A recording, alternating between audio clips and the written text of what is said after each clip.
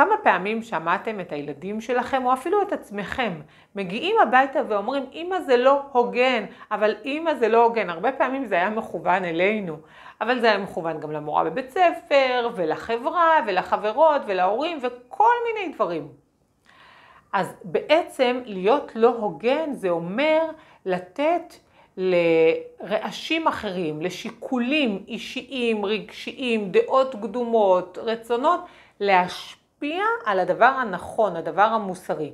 אוקיי? אז בעצם להיות הוגן זה להיות נקי מכל מיני שיקולים ואינטרסים אחרים, ולפעול בצורה מוסרית, כמו שהייתי רוצה לעשות לי, ככה אני עושה גם לאחרים. לא להיות מוטה מכל מיני שיקולים אחרים. אז מה האתגרים שאנחנו נציע בחוזקה הזו? האתגר הראשון הוא קודם כל להעלות את זה למודעות. בואו נראה איפה קיים החוסר הוגנות. בואו נדבר על זה. כשהילדים באים ואומרים זה לא הוגן, זה לא הוגן, יהיה סתם מעשה לא הוגן, בואו נפתח את זה. בואו נדבר על זה, בואו נראה מה היה שם לא הוגן. אחר כך אפשר גם לראות איפה אנחנו היינו לא הוגנים. בואו נסתכל גם על עצמנו, האם אנחנו עשינו משהו לא הוגן, לא רק אחרים, גם אנחנו. אז באמת האתגר הראשון הוא להציף למודעות. כשאנחנו אומרים לא הוגן, בואו נפתח את זה. האתגר השני זה לתקן משהו שלא הוגן. אמרנו שיש המון דברים שהם לא הוגנים. כל יום, ברוך השם, הילדים שלנו חוזרים ממשהו לא הוגן. בואו נבחר משהו וננסה לתקן את חוסר ההוגנות בדבר הזה. אוקיי? זה יכול להיות בבית ספר, זה יכול להיות עם חברים, זה יכול להיות עם המורה, זה יכול להיות בקניון, כל מיני דברים.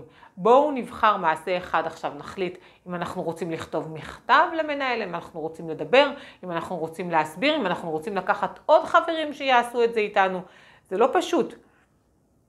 אני זוכרת שהילדה שלי הקטנה באה וסיפרה על איזה מעשה לא הוגן שקרה בבית ספר, ואיך שהיא הלכה ביחד עם חברות והם הלכו למנהלת, ואז בעצם הם היו צריכים להגיד למנהלת והם קצת השתתקו, הם קצת נבהלו מהסיטואציה. בסדר, עכשיו היא התרגלה לזה, היא הרחיבה את אזור הנוחות שלה, אז היא כבר הולכת ואומרת ישר, בלי לחכות לאסוף חברים וחברות, והיא פשוט הולכת ואומרת מה לא בסדר.